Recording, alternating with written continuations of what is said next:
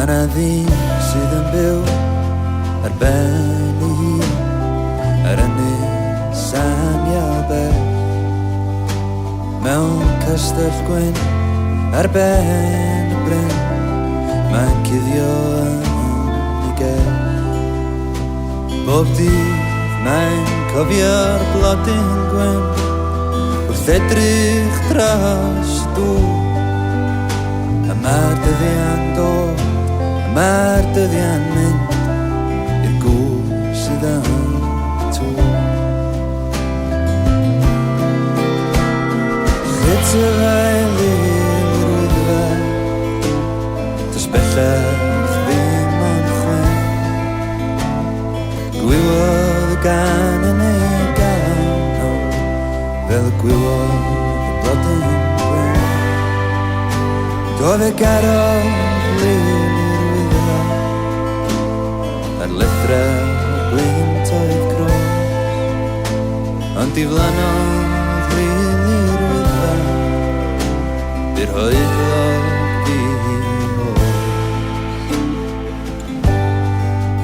Roedd y dyn a hynny o blant y cwm crwydro'r glog wyndi.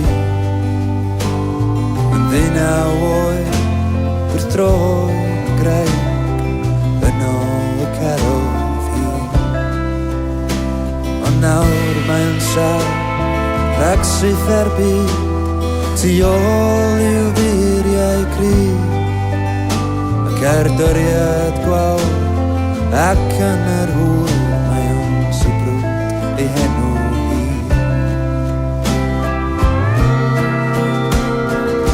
Y fael i'r wyddfa, does bellach ddim ond chwyn.